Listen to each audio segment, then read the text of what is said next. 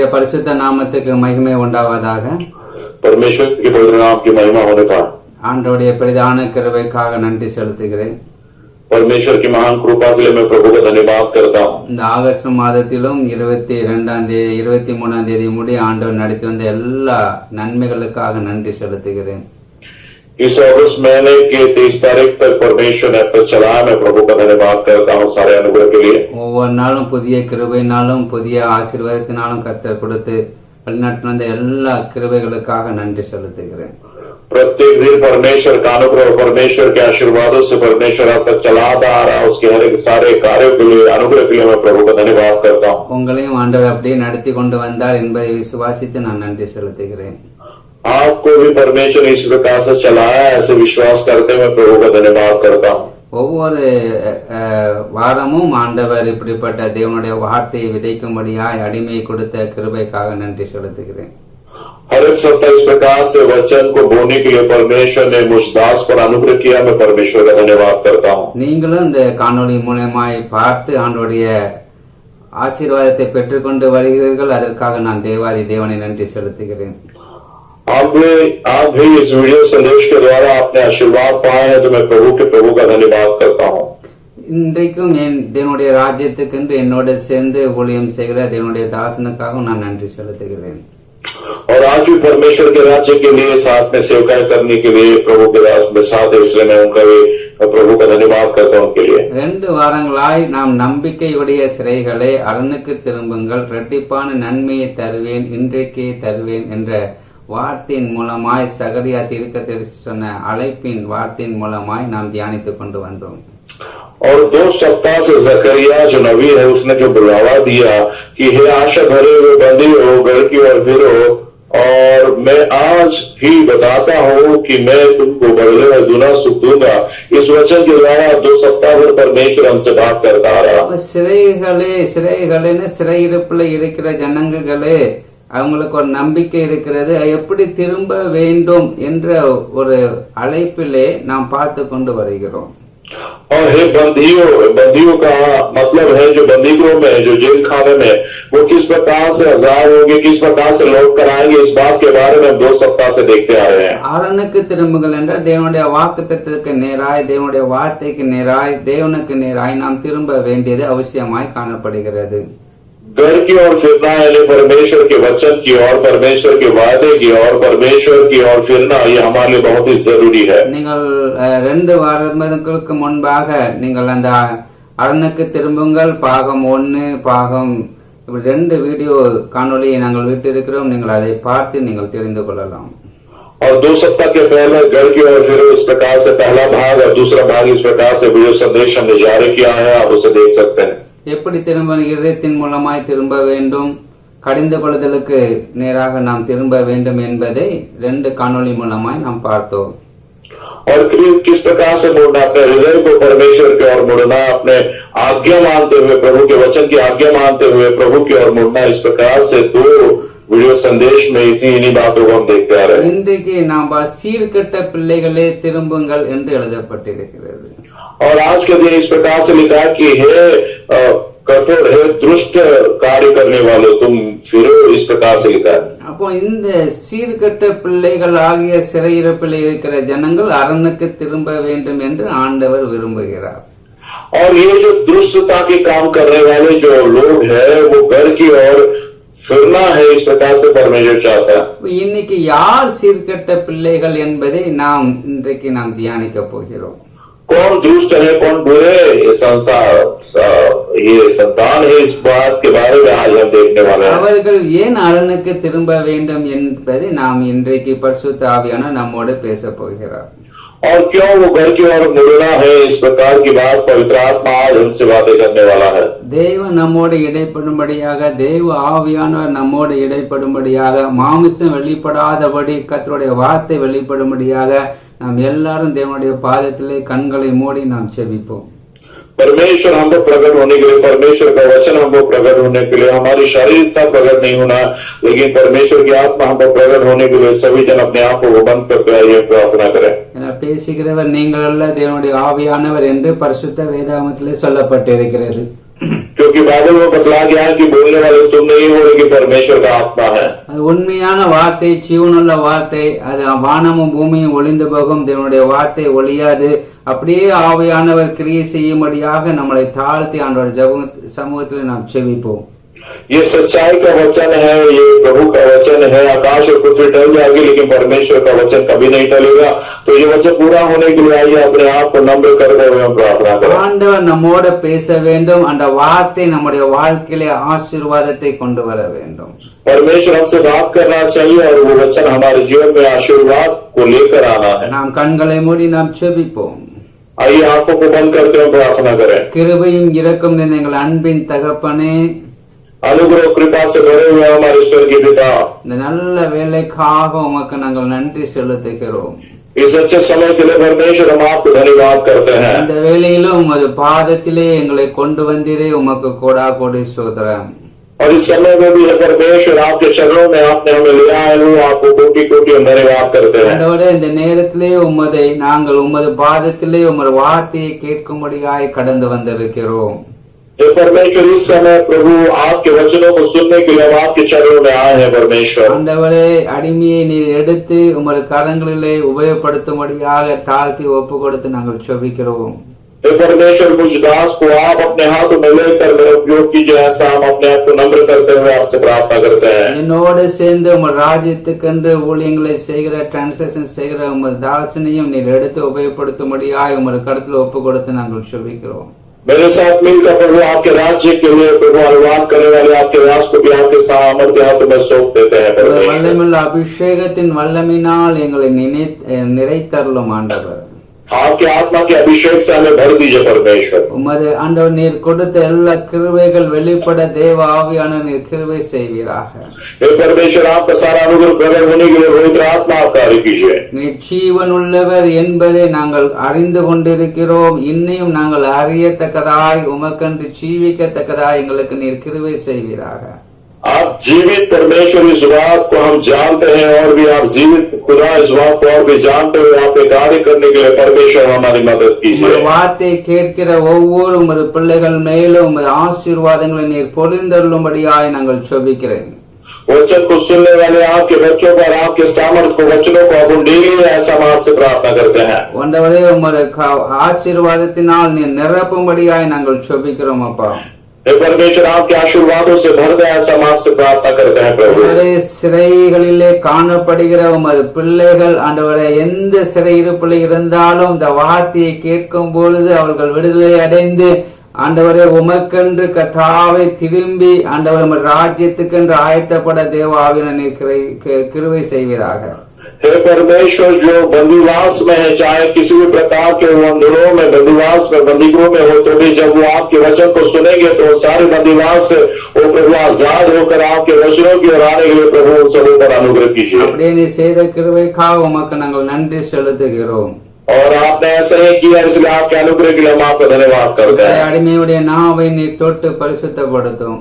मुझ दास के ज़बान को छू कर आप पवित्र बनाइए। வேதம் சொல்லுகிற பரிசுத்தம் இல்லாமல் ஒருவனும் உம்மை தரிசிக்க முடியாது என்று சொல்லப்பட்டிருக்கிறது. परमेश्वर आपका वचन कहता है कि बगैर पवित्रता की कोई भी परमेश्वर को नहीं देख सकता। உமது வார்த்தைகள் ஆண்டவர் வெளிப்பட நாவை நீ பரிசுத்தப்படுத்தும்படியாய் உமது கரத்தில் ஒப்பு கொடுத்து நாங்கள் செபிக்கிறோம். हे परमेश्वर, आपके वचन को प्रकट होने के लिए हमारे ज़बान को स्पर्श करके पवित्र कीजिए, अपने आप को हम सौंप देते हैं खुदा। அப்படியே செய்த கிருபைக்காக உமக்கு நாங்கள் நன்றி செலுத்துகிறோம். और आपने ऐसा ही किया है, और आपके अनुग्रह के लिए हम आपका धन्यवाद करते हैं परमेश्वर। இயேசு கிறிஸ்துவின் நாமத்தில் நாங்கள் செபிக்கிறோம் எங்கள் ஜீவனுள்ள நல்ல தகப்பனே. यीशु मसीह के नाम से मांगते हैं हमारे जीवित भले पिता, ஆமென். आमेन।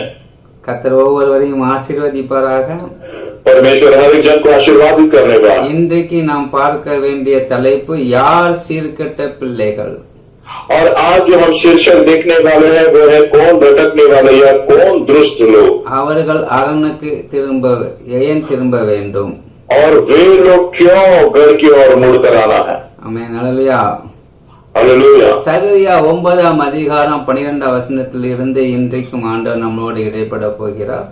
जकरिया इसका 9वां अध्याय 12 वचन से आज परमेश्वर हमसे बातें करने वाला है। நம்பிக்கையுடைய சிறைகளே அரணுக்கு திரும்புங்கள், இரட்டிப்பான நன்மையை தருவேன், இன்றைக்கே தருவேன் என்று சகரியா தீர்க்கதரிசி ஒரு அழைப்பு இங்கு கொடுக்கிறார்.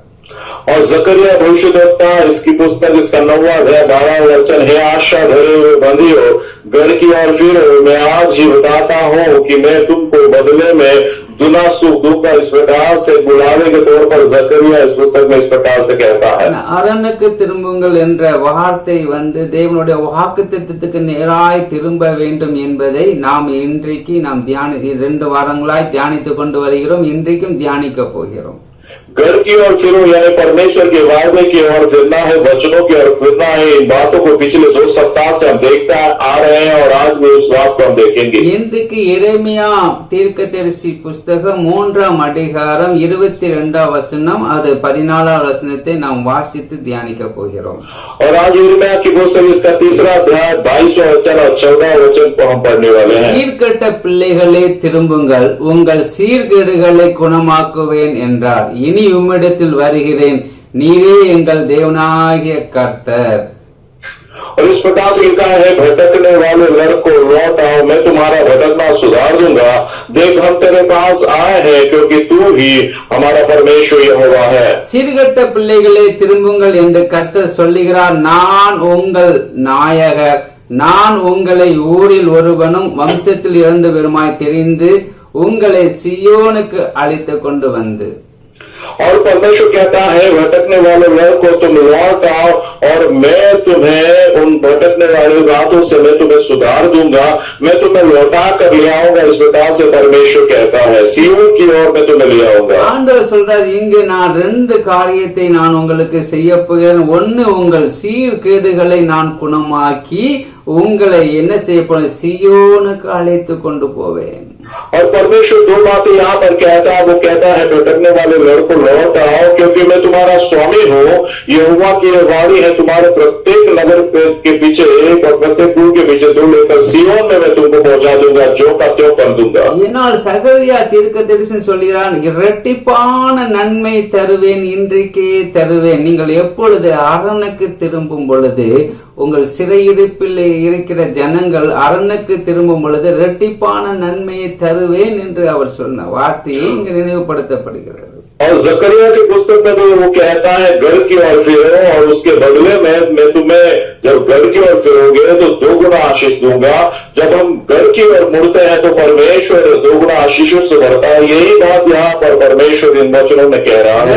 2 ஆசீர்வாதங்களை ஆண்டவர் முதலாக கொடுக்கவர். 1, அவர்கள் சீர்கேடுகளை என்ன செய்கிறார், குணமாக்குகிறார். और परमेश्वर को आशीषों को करता है, देता है। पहली बात, वो भटकने वाली बातों से वो सुधार ले आता है, उन बातों को वो सही बना लेता है। சீர்கெட்ட அந்த சூழ்நிலையில இருந்து அவங்க திரும்பும் பொழுது அந்த வாக்குத்தத்தத்துக்கு நேராய், தேவனுடைய வார்த்தைக்கு நேராய், தேவனுடைய சத்தத்துக்கு நேராய் அவர்கள் திரும்பும் பொழுது அவர்கள் எந்த சிறையிருப்பிலே, எந்த சீர்கெட்ட சிறையிருப்பிலே இருக்கிறார்களோ அதை ஆண்டவர் குணப்படுத்துகிறார். भटकने वाले जो लोग हैं, जिन बातों से वो भटक रहे हैं, उन बातों से जब प्रभु की ओर मुड़ते हैं, घर की ओर आते हैं, तो जिन बातों से वो भटके हैं उन बातों को परमेश्वर सुधार के उनको वो ले आता है। ஆண்டவர் அப்படி அவர்களை என்ன செய்தார், குணமாக்கி அவர் சியோனுக்கு அழைத்து கொண்டு போவதற்கு அவர்களை ஆயத்தப்படுத்துகிறார். और परमेश्वर क्या करता है, उनको चंगा करके उनको सियोन में ले आने के लिए परमेश्वर तैयार हो जाता है। இந்த எரேமியா 3ஆம் அதிகாரத்தை நாம் வாசிக்கும் பொழுது தேவனுடைய இரக்கங்களையும் தேவனுடைய கிருபையையும் நாம் பார்க்க முடிகிறது. यिर्मयाह की पुस्तक में वचनों को जब हम पढ़ते हैं तो परमेश्वर की दया और परमेश्वर का अनुग्रह यहाँ पर हमें देखने में आता है। இங்க ஆண்டவர் சீர்கெட்ட பிள்ளைகளே, சீர்கெட்ட குமார்த்திகளே, சீர்கெட்ட இஸ்ரவேலே அப்படின்னு சொல்லப்பட்ட அநேக வார்த்தைகளை இந்த அதிகாரத்திலே நாம் பார்த்து கொண்டு வரலாம். और इस अध्याय में बहुत सारी बातें इस प्रकार से कि भटकने वाले लड़कों, भटकने वाले विश्वासियों, भटकने वाले इस्राएलियों, इस प्रकार से कई सारी बातें ऐसा हम देख पाते हैं इस अध्याय में। இங்கே சீர்கெட்ட பிள்ளைகள் என்று ஆண்டவர் யாரை சொல்லுகிறார், எரேமியா தீர்க்கதரிசி மூலம் யாரை வெளிப்படுத்துகிறார் என்பதை இங்கே நாம் பார்க்க முடிகிறது. और ये भटकने वाले लड़कों यहाँ पर किसको परमेश्वर कह रहा है, किसको संबोधित कर रहा है, इस बात को इस यिर्मयाह की पुस्तक से एक अध्याय से हम जान सकते हैं। நீங்கள் எரேமியா 3ஆம் அதிகாரத்தை நீங்கள் கவனமாய் நீங்கள் வாசிக்கும் பொழுது ஒரு 7 காரியத்தை ஆண்டவர் உள்ள ஜனங்களை குறித்து சீர்கெட்ட பிள்ளைகளே, சீர்கெட்ட இஸ்ரவேலரே, ஆண்டவர் சீர்கெட்ட யூதா குமார்த்தி என்று அவர் சொல்லுகிற காரியங்களை நாம் பார்க்க முடிகிறது. और इनमें इसका तीसरा अध्याय यदि आप पढ़ोगे तो वहां पर है भटकने वाले लड़कों, है भटकने वाले बेटियों, है भटकने वाले इसराइलियों, है भटकने वाले यहूदियों, इस प्रकार से 7 बातें यहाँ पर आती है, इस प्रकार से हम देख पाते हैं। நான் சீக்கிரமாய் சொல்லி கடந்து செல்ல விரும்புகிறேன். முதலாவது வேசிதனம் பண்ணுகிறவர்களே சீர்கெட்ட பிள்ளைகள் என்று அழைக்கப்படுகிறது. और मैं बहुत ही जल्द इन बातों को बताकर आगे की ओर बढ़ना चाहूंगा। यहाँ पर लिखा है जो वेश्यागमन करते हैं वे जो है भटकने वाले लोग, इस प्रकार से बताया गया है। அக்கிரமங்கள் செய்கிறவர்களே சீர்கெட்ட பிள்ளைகள் என்று சொல்லப்பட்டிருக்கிறது. जो अधर्म के काम करते हैं वे जो है भटकने वाले, इस प्रकार से बताया गया है। பொல்லாப்புகளை செய்கிறவர்களே சீர்கெட்ட பிள்ளைகள் என்று சொல்லப்பட்டிருக்கிறது. और जो दुष्ट काम करते हैं वे भटकने वाले संतान हैं, बच्चे हैं, लड़के, इस प्रकार से बताया गया। துரோகம் பண்ணுகிறவர்களே சீர்கெட்ட பிள்ளைகள் என்று சொல்லப்பட்டிருக்கிறது. विद्रोह करने वाले जो लोग हैं वे जो है भटकने वाले बच्चे हैं, लड़के, इस प्रकार से बताया गया है। எப்படி ஜனங்கள் துரோகம் பண்ணினார் என்று எரேமியா 3:20 நாம் வாசிக்கும் பொழுது அங்கே சொல்லுகிறார், ஒரு மனைவி தன் புருஷனுக்கு துரோகம் செய்வது போல இஸ்ரவேல் வம்சத்தராகிய நீங்கள் எனக்கு துரோகம் செய்தது மெய் என்று கர்த்தர் சொல்லுகிறார் என்று எரேமியா சொல்லுகிறார். किस प्रकार से विश्वासघात ये लोग करते हैं, यही वचन यिर्मयाह इसका 3रा अध्याय 20वें वचन में लिखा है कि इसमें तो संदेह नहीं कि जैसे विश्वासघाती स्त्री अपने प्रिय से मन फेर लेती है वैसे ही है इस्राएल के घराने तुम मुझसे फिर गए हो, यहोवा की यह वाणी, इस प्रकार से वो कहता है। 5வது செல்வத்தை நம்பினவர்கள் சீர்கெட்ட பிள்ளைகள் என்று சொல்லப்பட்டிருக்கிறது. और वैसे तो 5वीं बात जो है धन संपत्ति पर भरोसा रखने वाले लोग जो भटके हुए लड़के, इस प्रकार से बताया गया। எரேமியா 49:4 நீங்கள் வாசித்தீர்களானால் எனக்கு விரோதமாய் வருகிறவன் யார் என்று சொல்லி உன் செல்வத்தின் நம்பிக்கை சீர்கெட்ட குமார்த்தியே, நீ பள்ளத்தாக்குகளை பற்றி பெருமை பாராட்டுவானேன், உன் பள்ளத்தாக்கு கரைந்து போகிறது என்று சொல்லுகிறார்.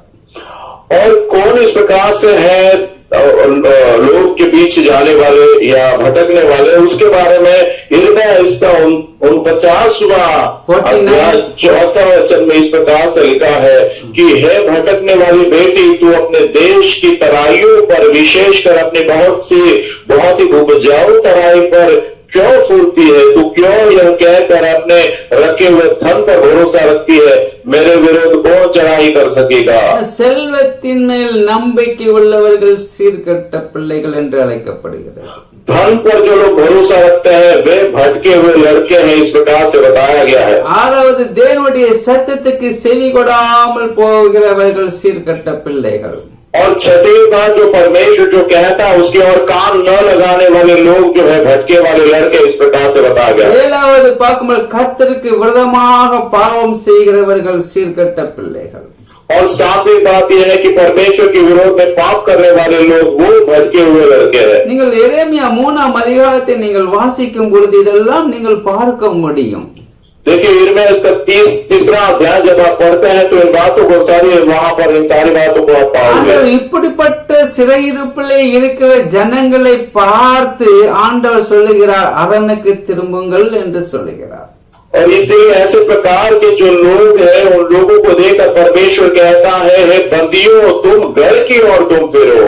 ஏன் நீங்கள் அரணுக்கு திரும்ப வேண்டும், உங்கள் சீர்கேடுகளை நான் குணமாக்கி உங்களை என்ன செய்வேன், सियोनुக்கு அழைத்து கொண்டு போவதற்கு ஆயத்தப்படுத்துவேன் என்று சொல்கிறார். और क्यों तुम इस बात से मुड़ना है, क्यों तुम घर की ओर मुड़ना है, क्योंकि तुम जो भटकने वाले लड़के हो तुमको मैं चंदा करके तुमको सियोन की ओर में ले जाऊंगा, इस प्रकार से परमेश्वर कहता है। எரேமியா மூலமாய் தன்னுடைய இரக்கத்தையும் தன்னுடைய கிருபையும் ஆண்டவர் இந்த அதிகாரத்திலே வெளிப்படுத்துகிறார்.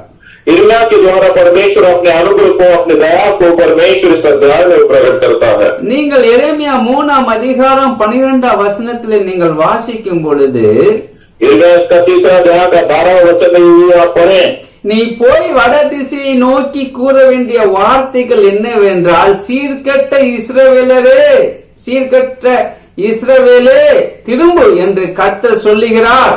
நான் உங்கள் மேல் என் கோபத்தை இறக்க பண்ணுவதில்லை, நான் கிருபை உள்ளவர் என்று கர்த்தர் சொல்லுகிறார். நான் என்றென்றைக்கும் கோபம் வைக்க மாட்டேன் என்று எரேமியா தீர்க்கதரிசி மூலம் ஒரு அழைப்பு சொல்லுகிறார் ஆண்டவர். इर्मिया के द्वारा परमेश्वर इस प्रकार से बुलावा देता है। इर्मिया इसका 3रा अध्याय और 12 वचन में वो कहता, तू जाकर उत्तर दिशा में यह बातें प्रचार कर, यहोवा की यह वाणी है, हे भटकने वाली इस्राएल लौट आ, मैं तुझ पर क्रोध की दृष्टि न करूंगा, क्योंकि यहोवा की यह वाणी है, मैं करुणामय हूं, मैं सर्वदा क्रोध न रखे रहूंगा। சீர்கெட்ட இஸ்ரவேலே திரும்ப என்று கர்த்தர் சொல்லுகிறார். और वो कहता है भटकने वाले इस्राएल तो लौट कर आ जा, ऐसा वो कह रहा है। ஆண்டவர் யாரை சொல்லுகிறார்? ஆண்டவருடைய வாக்குத்தத்தத்தை பெற்றவர்கள், ஆண்டவரை அறிந்தவர்கள், ஆண்டவர் மூலமாய் ஆசீர்வாதத்தை பெற்றவர்களை நோக்கி இப்பொழுது சொல்கிறார், சீர்கெட்ட இஸ்ரவேலே திரும்புங்கள் என்று ஆண்டவர் அழைப்பு கொடுக்கிறார். परमेश्वर किसको कह रहा है? जो लोग, जिन लोगों ने परमेश्वर को जाना, जिन लोगों ने उद्धार को पाया, जिन लोगों ने आशीर्वाद का अनुभव किया, लेकिन इस समय परमेश्वर लोगों से कह रहा कि भटकने वाली इस्राएल तो लौट कर आ जा। இந்த இஸ்ரவேல் ஜனங்களுக்காக எகிப்து தேசத்திலே 430 வருஷம் அடிமையா இருக்கும் பொழுது ஆண்டவர் தன்னுடைய வல்லமையின் கரத்தினால் 10 அற்புதங்களை செய்து அவர்களை மீட்டெடுத்த தேவன். और इस्राएली लोग जब मिस्र देश में 430 साल भर गुलामगिरी में रहे, परमेश्वर ने अपने सामर्थ के काम को वहां पर प्रकट करके परमेश्वर ने उन इस्राएलियों को गुलामगिरी में से छुड़ाया था। ஆசீர்வாதமான கானான் தேசத்தை அவர்களுக்கு வாக்கு பண்ணி அதற்கு நேராய் இந்த ஜனங்களை ஆண்டவர் இரவிலே மேகஸ்தம்பமும் அக்னி ஸ்தம்பமாய் வழிநடத்தி வந்தார். की ओर दिशा दर्शाते हुए चलाते हुए परमेश्वर ने रात के समय आग का खंभा और दिन के समय बादल का खंभा होकर परमेश्वर ने लोगों की अगुवाई की थी। அவரோடு கூட மேகஸ்தம்பமாய் அக்னி ஸ்தம்பமாய் கூட இருந்து கொண்டு வந்தார். और उनके साथ वो परमेश्वर जो है आग का खंभा और जो है बादल का खंभा लगातार वो बना रहा, साथ रहा। அவர்களுக்கு எல்லாம் எதிராக இருந்தது எல்லாவற்றையும் ஆண்டவர் எல்லாவற்றையும் செங்கடலை 2ஆக பிளந்தார், எரிகோவை விலை செய்தார், இப்படி யோர்தானை பின்னிட்டு செய்தார். இப்படிப்பட்ட காரியத்தை செய்து அந்த கானான் தேசத்துக்கு எப்படி ஆட்டும் ஜனங்களை கொண்டு வந்து சேர்க்கணும் என்று ஆண்டவர் கிருபையாய் நடத்தி கொண்டு வந்தார். और परमेश्वर उनको साथ रहकर बहुत ही अद्भुत काम परमेश्वर ने किया। लाल समंदर को 2 भाग किया, यरीहो की दीवारों को गिरा, यरदन को व्यापार हो गए, वो उस वादा की हुए करार में पहुंचाने के लिए परमेश्वर ने सारे कार्य को उनके लिए किया। இப்படி 12 கோத்திரங்களையும் ஆண்டவர் தேர்ந்தெடுத்து தன்னுடைய ராஜ்யத்திலே அவர்கள் கானான் தேசத்திலே இருக்க வேண்டும் என்ற விருப்பத்தோடு அவர்களை கொண்டு வருகிற ஜனங்கள் தான் இந்த இஸ்ரவேலர்கள். और ये जो 12 गोत्रों को, इस्राएली लोगों को कनान देश में ले जाना, इस प्रकार की योजना रखते हुए प्रभु ने ले आया, ये वो लोग है। இவர்கள் ஆண்டவருடைய வாக்குத்தத்தத்தை பெற்றவர்கள். और ये ऐसे लोग हैं जिन्होंने परमेश्वर के वायदे को पाया हुआ था। இப்பொழுது சிறையிருப்பிலே இருக்கிறார்கள்.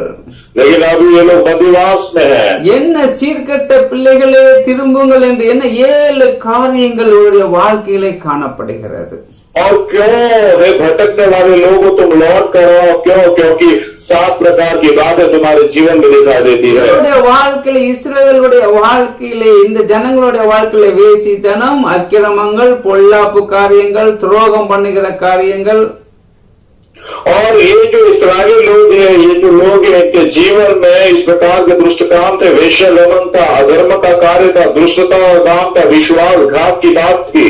செல்வத்தை நம்புகிறவர்கள், தேவனுடைய சத்தத்துக்கு செவி கொடாமல் போகிறவர்கள், கர்த்தருக்கு விரோதமாய் பாவம் செய்கிற இந்த அப்படிப்பட்ட காரியங்களுடைய சிறையிருப்பிலே இவர்கள் வாழ்ந்து கொண்டிருக்கிறார்கள்.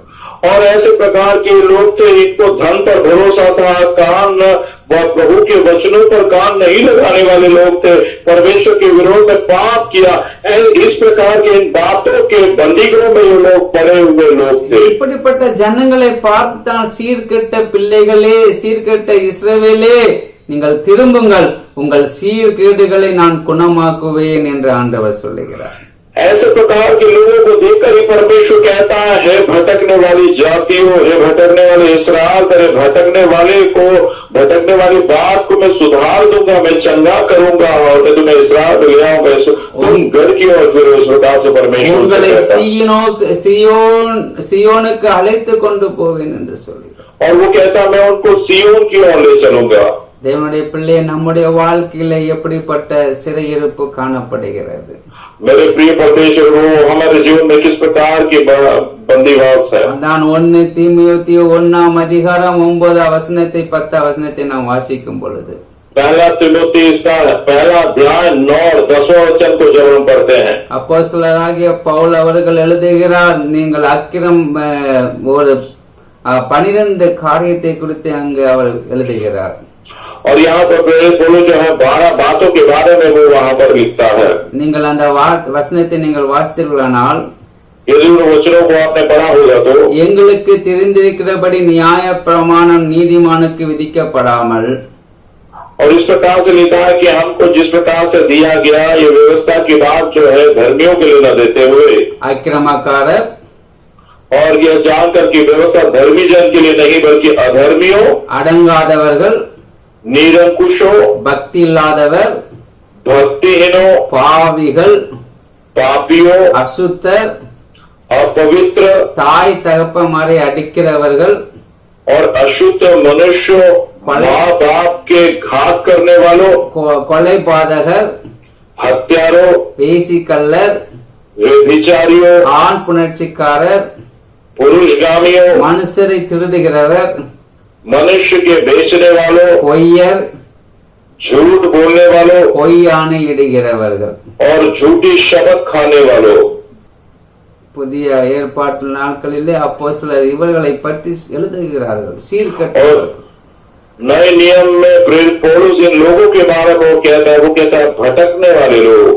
இப்படிப்பட்ட காரியங்கள் இன்றைக்கு நம்முடைய வாழ்க்கையிலே காணப்பட்டால், और यदि ऐसे प्रकार की बात है आज हमारे जीवन में यदि दिखाई देती होगी तो, நாம் இயேசுவை ஏற்றுக்கொண்டிருக்கலாம், இயேசுவை விசுவாசிக்கலாம், இயேசுடைய உடன்படிக்கை பிரகாரமாய் ஞானஸ்தானம் பெற்றிருக்கலாம், அபிஷேகத்தை பெற்றிருக்கலாம். ஆனாலும் நம்முடைய வாழ்க்கையிலே இப்படிப்பட்ட காரியங்கள், அக்கிரமம், பக்தி இல்லாத வாழ்க்கை, தாய் தகப்பனை அடிக்கிறது, மனுஷர் பொய்யானை இடுகிறது, இப்படிப்பட்ட காரியங்கள் 12 காரியத்தில் சொல்லப்பட்ட காரியம் நம்மிடத்தில் காணப்படும் என்றால், இன்றைக்கு நாம் திரும்பும் பொழுது ஆண்டவர் நம்மளை குணப்படுத்த விரும்புகிறார்.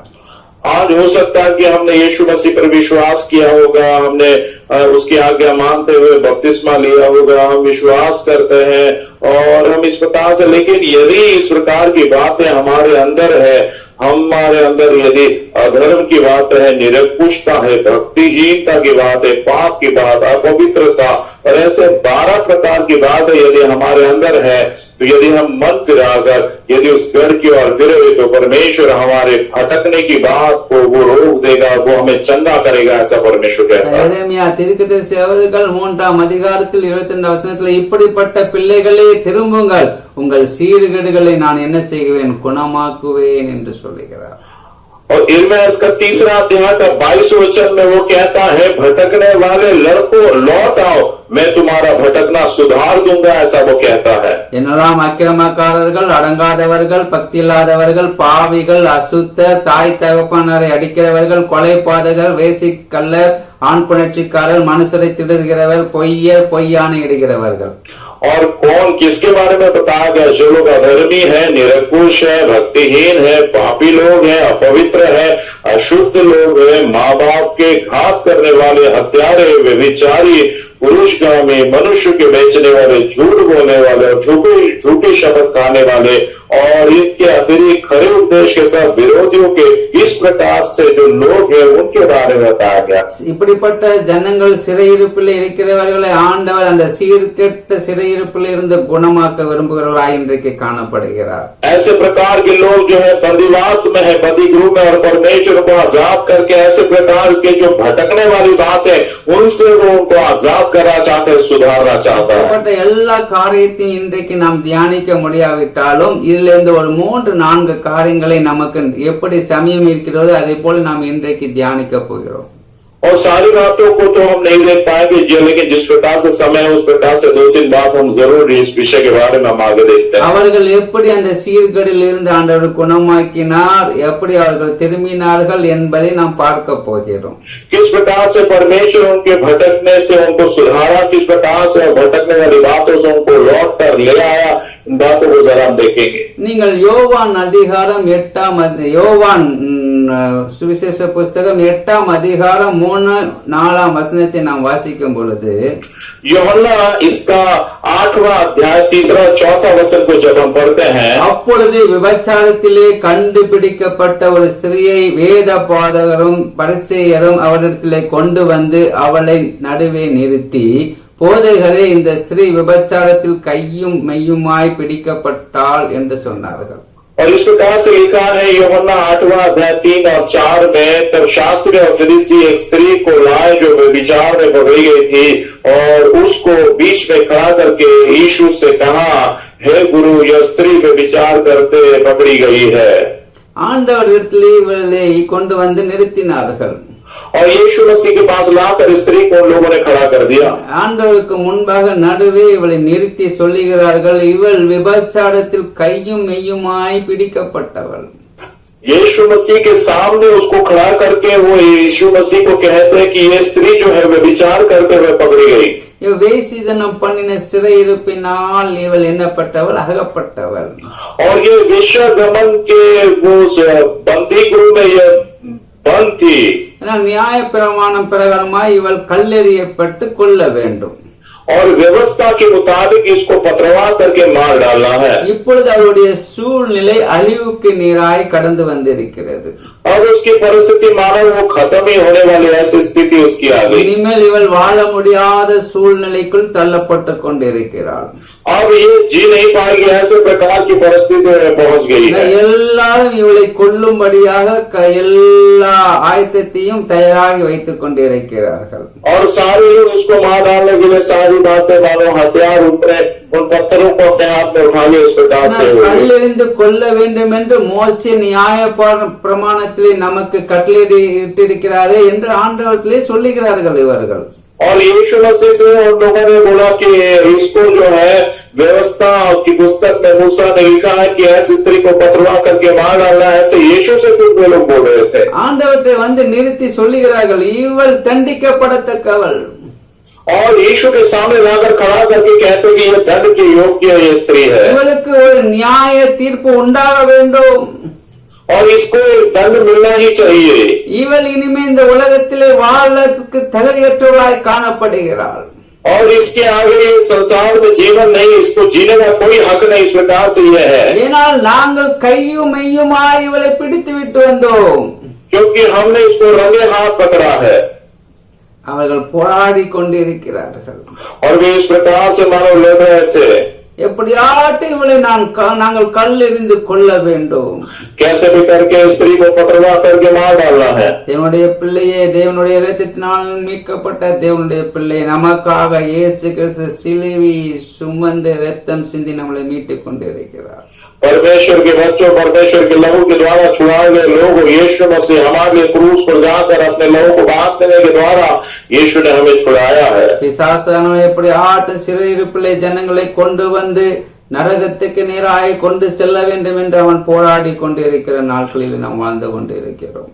और शैतान चाहता है कि कैसे भी करके लोगों को जो है यीशु मसीह से भटका कर जो है नरक की ओर ले जाना। इस प्रकार के ऐसे दिनों में हम जीवन बिता रहे हैं। இயேசுவை அறியாத ஜனங்களும் இயேசுவை அறிந்தவர்களும் இயேசு எல்லாருக்காகவும் சிலுவையை சுமந்து ரத்தம் சிந்தியிருக்கிறார். यीशु को जानने वाले लोग और जो लोग यीशु मसीह को नहीं जानते और सारे लोगों के लिए यीशु मसीह ने क्रूस पर अपनी जान दे दी है. நீங்கள் இயேசுவை ஏற்றுக்கொண்டவர்களாக இருந்தாலும் சரி, இயேசுவை ஏற்றுக்கொள்ளாவிட்டாலும் இருந்தாலும் சரி, இயேசு உங்களுக்காக ரத்தம் சிந்தியிருக்கிறார். चाहे आपने यीशु मसीह को ग्रहण किया हुआ होगा या आपने यीशु मसीह को यदि ग्रहण न करे तो भी यीशु मसीह ने आपके लिए लहू बहाया. इस प्रकार से இன்றைக்கு உங்களுடைய வாழ்க்கையில ஒரு சிறையிருப்பு காணப்பட்டு இருக்கலாம். आज हो सकता है कि आपके जीवन में एक बंदीवास बंदीगृह का अनुभव आपको होगा. உங்களுடைய வாழ்க்கையிலே பரம்பரையாய் வருகிற சாபம் காணப்படலாம். हो सकता है कि आपके जीवन में परंपरागत चलता आया हुआ श्राप हो सकता है. இல்லைனால் நீங்கள் வியாதியின் சிறையிருப்பிலே காணப்படலாம். नहीं तो आप बीमारी के बंदीगृह में फंसे हुए पड़े हुए होंगे.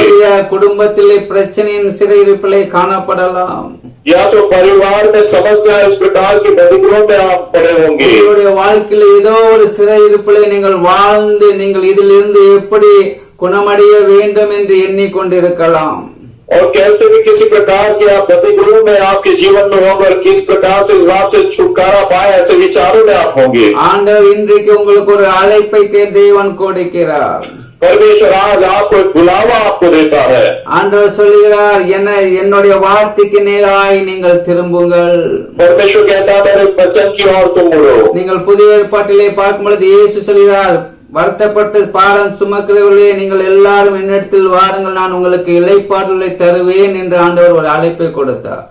नए नियम में यीशु मसीह ने बुलावा दिया. उसने कहा है बोझ से दबे हुए लोगों तुम मेरे पास आओ, मैं तुम्हें विश्राम दूंगा. நீங்கள் எப்படிப்பட்ட பாரத்தின் சிறையிருப்பிலே இன்றைக்கு நீங்கள் வாழ்ந்து கொண்டிருந்தாலும் சரி, आप चाहे आज किसी भी प्रकार के पाप के बोझ से आप சிறையிருப்பிலே நீங்கள் வாழ்ந்து கொண்டாலும் சரி, और आप किसी प्रकार के यदि बंदीगृह में आप जी रहे होंगे, பண தேவையின் சிறையிருப்பிலே வாழ்ந்து கொண்டாலும் சரி, और खुद की बातों की खुद की जरूरतों की ऐसे बंदीगृह में यदि आप पड़े हुए होंगे, குடும்ப பாரத்திலே குடும்பத்தில் இருக்கிற எல்லா பொருளாதார தேவையின் பாரத்திலே நீங்கள் சிறையிருப்பை போல நீங்கள் வாழ்ந்து கொண்டிருந்தாலும் சரி, परिवार की जरूरतों के बोझ में उस बंदीगृह में यदि आप रहते होंगे तो भी இன்றைக்கு இந்த காணொளி மூலமாய் தேவன் உங்களுக்கு ஒரு அழைப்பை கொடுக்கிறார். आज इस वीडियो के संदेश के द्वारा परमेश्वर आपको बुलावा दे रहा है. இயேசு கிறிஸ்து உங்களுக்காக ஜீவனை கொடுத்தவர்.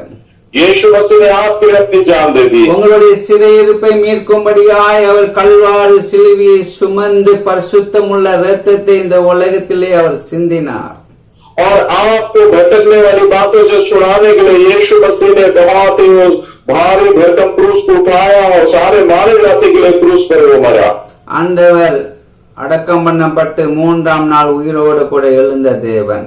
और यीशु मसीह जो है वो मरकर वो गाड़ा गया, तीसरे दिन दोबारा वो जी उठा. इस प्रकार உலகத்தில் இருக்கும் பொழுது இப்படி விபச்சாரத்திலே கையங்களுமாய் அகப்பட்ட ஸ்திரியை இயேசு கிறிஸ்துவுக்கு முன்பாக நிறுத்தி இப்பொழுது நியாயத்தை கேட்டுக் கொண்டு இருக்கிறார்கள். और इस प्रकार से ये स्त्री जो पाप में व्यभिचार में पकड़ी गई थी और ऐसे स्त्री को यीशु के सामने खड़ा करके उसका न्याय वो कर रहे थे. அவர்கள் ஓயாமல் அவரை கேட்டுக்கொண்டு இருக்கையில் அவர் நிமிர்ந்து பார்த்து, உங்களில் பாவம் இல்லாதவன் இவள் மேல் முதலாவது கல்லெறிய கடவன் என்று சொன்னார்.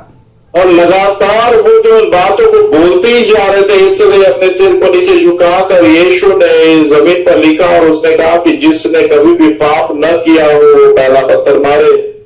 இந்த உலகத்துல எல்லாரும் பாவம் செய்து தேவ மகிமையை இழந்தவர்கள் தான். इस संसार में हर एक जन ने पाप किया और परमेश्वर की महिमा से रहित है. ஆண்டவர் அதற்காக தான் இந்த உலகத்திலே வந்து ஜனங்களை மீட்டுக் கொள்ளும்படியாக தன்னுடைய ஜீவனை அவர் கொடுத்தார். परमेश्वर ने इसीलिए तो संसार में वो स्वर्ग को छोड़कर संसार में आया और हर एक इंसान को बचाने के लिए अपना लहू को उसने बहाया. யாரெல்லாம் இயேசு கிறிஸ்து எனக்காக ஜீவனை கொடுத்தார், அவர் இரத்தம் எனக்காக சிந்தப்பட்டு இருக்கிறது என்று இதயத்திலே விசுவாசித்து வாயினால் அறிக்கையிடுகிறார்களோ அவர்கள் எல்லாம் ரட்சிக்கப்படுகிறார்கள். जो कोई यीशु मसीह को ग्रहण करके यीशु मसीह पर विश्वास करते, अपने दिल में विश्वास करते, मुंह से ग्रहण करते, वो हर एक जन जो उद्धार पाएंगे. அவர் மூன்றாம் நாள் உயிரோடு கூட எழுந்தார் என்ற விசுவாசத்தோடு இதயத்தில் விசுவாசித்து வாயில் அறிக்கும் பொழுது நாம் ரட்சிக்கப்படுகிறோம். और वो तीसरे दिन जी उठा इस प्रकार से जो कोई विश्वास करता है, अपने दिल में विश्वास करते हैं, मुंह से कबूल करने वाला होता ஆண்டவர் है। இங்கே சொல்லுகிறார், அவளுடைய சிறையிருப்பில் இருந்து அவள் சீர்கெட்ட அந்த இது குணத்தை என்ன செய்ய வேண்டும், குணமாக்க வேண்டும் என்று, அவளை எப்படியாட்டும் தப்பிக்க வேண்டும் என்று ஆண்டவர் இங்கு அவளோடு பேசிக் கொண்டிருக்கிறார். और यहाँ पर यीशु उसे कैसे भी करके उसे जो भटकने वाली जो स्थिति उसकी है, जिस भटकने वाली स्थिति के बंधन में वो है, उसे छूटने के लिए यीशु उससे बात कर रहा था। வேத பாடகரிடத்திலே பரிசேயரிடத்திலே ஆண்டவர் சொல்லுகிறார், யார் பாவம் செய்யவில்லையோ இவள் மேல் நீங்கள் என் முதலாவது கல்லெறிய வேண்டும். फरीसी और सदूकी को परमेश्वर कहता है, और जिसने कभी पाप ही न किया हो वो स्त्री को पहला पत्थर मारे। அவர்கள் அதை கேட்டு, அந்த வார்த்தையை கேட்டு மனச்சாட்சியினால் கடிந்து கொள்ளப்பட்டு பெரியோர் முதல் சிறியோர் வரைக்கும் ஒருவராலும் போய் கல்லெறியவில்லை, எல்லாரும் போய்விட்டார்கள். और वहां पर जो भी खड़े थे, छोटे से लेकर बड़े तक सारे लोग जो है उनके विवेक के कारण जो है वो पत्थर वहां पर ऐसे ही छोड़कर किसी ने भी उस वक्त नहीं मारा और वहां से निकल गए। இயேசு தனித்திருந்தால் அந்த ஸ்திரீயும் நடுவே நின்று கொண்டிருக்கிறாள். और यीशु मसीह जो है वहां पर था और वो स्त्री वहां पर थी। இயேசு நிமிர்ந்த அந்த ஸ்திரீயை தவிர வேறொருவரையும் காணாமல், ஸ்திரீயே உன் மேல் குற்றம் சாட்டினவர்கள் எங்கே? यीशु ने सीधे होकर उस स्त्री से कहा, हे नारी, तुझ पर दोष लगाने वाले, तुझे दंड देने वाले कहाँ गए? ஒருவனாகிலும் உன்னை ஆக்கினைக்குள்ளாக தீர்க்கவில்லையா என்று ஆண்டவர் கேட்கிறார். क्या किसी ने भी तुझ पर दंड की आज्ञा नहीं दी क्या? ऐसा यीशु से पूछता है। அவள் இல்லை ஆண்டவரே என்றால், இயேசு அவளை நோக்கி, நானும் உன்னை ஆக்கினைக்குள்ளாக தீர்க்கிறது இல்லை, நீ போய் நீ பாவம் செய்யாதே என்றார். और उसने कहा, हे प्रभु किसी ने नहीं। तब यीशु ने उससे कहा, मैं भी तुझ पर दंड की आज्ञा नहीं देता, जा और फिर पाप न करना। इस प्रकार से यीशु ने कहा। வேசித்தனத்திலே கையும் மெய்யுமாய் பிடிக்கப்பட்ட ஸ்திரியை ஆண்டவர் என்ன செய்ய, அந்த சீர்கெட்ட அந்த சிறையிருப்பிலிருந்து அவளை குணமாக்கி ஆண்டவர் விடுவித்து அவளை ஆண்டவர் ஆயத்தப்படுத்தினார். और व्यभिचार में रंगे हाथ पकड़ी हुई जो स्त्री थी, व्यभिचार के इस बंदीवास में जो बंधी हुई स्त्री थी, यीशु मसीह ने उसे आजाद किया। இன்றைக்கும் நம்மளே அவர் விடுவிக்க தான் அவர் உயிரோடு கூட வாழ்ந்து கொண்டிருக்கிறார். आज भी हमको छुड़ाने के लिए यीशु मसीह जिंदा है। இன்றைக்கும் அவர் உயிரோடு கூட இருக்கிறார். आज भी प्रभु यीशु मसीह जिंदा है। நீங்கள் இந்த சத்தத்தை கேட்டு, இயேசுவே எனக்கும் என்னுடைய சிறையிருப்பில் இருந்து என்னை விடுவியும் என்று நீங்கள் சொல்லும் பொழுது, நீங்கள் இயேசுடைய வார்த்தையை கேட்டு நீங்கள் திரும்பும் பொழுது, அந்த ஸ்திரீக்கு ஆண்டவர் விடுதலை கொடுத்தது போல உங்களுடைய வாழ்க்கையிலும் அற்புதங்களை செய்ய அவர் வல்லவராய் காணப்படுகிறார்.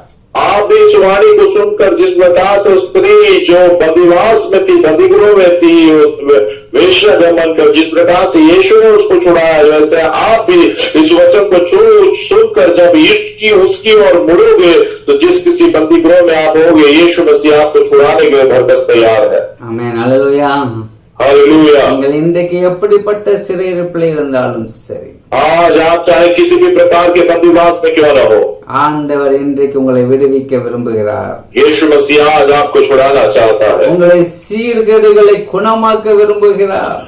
आपके भटकने वाली आदत को वो सुधारना चाहता है। எரேமியா தீர்க்கதரிசி 3ஆம் அதிகாரம் 22 சீர்கெட்ட பிள்ளைகளே திரும்புங்கள், உங்கள் சீர்கேடுகளை குணமாக்குவேன் என்று ஆண்டவர் சொன்னார். और इर्मिया इसका 3रा अध्याय और 22-20 वचन में वो कहता है, भटकने वाले बच्चों, लड़कों तुम लौट आओ, मैं तुम्हारा भटकना सुधार दूंगा, ऐसा वो कहता है। நானும் சீர்கேடுகளை குணமாக்குகிற தேவன். और वो कहता है, मैं भटकने वाली बात को मैं सुधारने वाला நான் परमेश्वर। குணமாக்கி உங்களை சீயோனுக்கு அழைத்து கொண்டு வருவதற்கு ஆயத்தப்படுத்துவேன். मैं भटकने वाली बात से तुम्हें सुधार कर तुम्हें सियोन की ओर ले चलने के लिए मैं तैयार हूँ। யார் சீர்கெட்ட பிள்ளைகள்? और कौन भटकने वाले लड़के हैं? அக்கிரமக்காரர்கள், அடங்காதவர்கள், பக்தி இல்லாதவர்கள், பாவிகள், அசுத்தர்கள். और जो लोग अधर्म के लोग हैं, जो लोग भक्तिहीन हैं, जो लोग व्यभिचारी हैं, जो लोग दुष्ट काम करने वाले, जो पापी है, தாய் தகப்பமாரை அடிக்கிறவர்கள், கொலைபாதகர்கள், வேசிக்கல்லர், ஆண் புணர்ச்சிக்காரர், மனுஷரை திருடுகிறவர்கள், பொய்யர், பொய்யான இடுகிறவர்கள், और माँ पिताजी के घात करने वाले, हत्यारे, व्यभिचारी, पुरुषगामी, मनुष्य को बेचने वाले, झूठ बोलने वाले, झूठी शपथ खाने वाले, சீர்கட்ட பிள்ளைகளே திரும்புங்கள். हे भटकने वाले लड़कों, लौट कर आ जाओ. இன்றைக்கு ஆண்டவர் உங்களுக்கு ஒரு அழைப்பை கொடுத்து கொண்டிருக்கிறார். आज परमेश्वर आपको बुलावा दे रहा है. இரண்டாவதாக செல்வத்தின் மேல் நம்பிக்கை உள்ளவர்கள் சீர்கட்ட பிள்ளைகள் என்று நாம் பார்த்தோம். दूसरा हम देखते कि जो लोग धर्म पर भरोसा रखते हैं, ऐसे लोग जो है वो भटकने वाले हैं. நீங்கள் லூக்கா 15 அதிகாரம் 11, 12, 13 வசனத்தை நாம் வாசிக்கும் பொழுது, और लूका इसका 15वां अध्याय 11, 12 और 13 वचन जब हम पढ़ते हैं, பின்னும் அவர் சொன்னது, ஒரு மனுஷனுக்கு 2 குமாரர் இருந்தார்கள். அவர்களில் இளையவன் தகப்பனை நோக்கி, தகப்பனே, ஆஸ்தியில் எனக்கு வரும் பங்கை எனக்கு தர வேண்டும் என்றான். அப்படி அவன் அவர்களுக்கு தன் ஆசியை பங்கிட்டு கொடுத்தான்.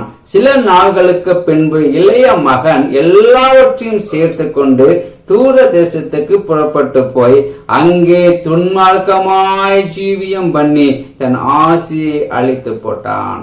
और लूका इसका 15वां अध्याय 11, 12, 13 वचन में इस प्रकार से लिखा है, फिर उसने उनसे कहा, किसी मनुष्य के 2 पुत्र थे.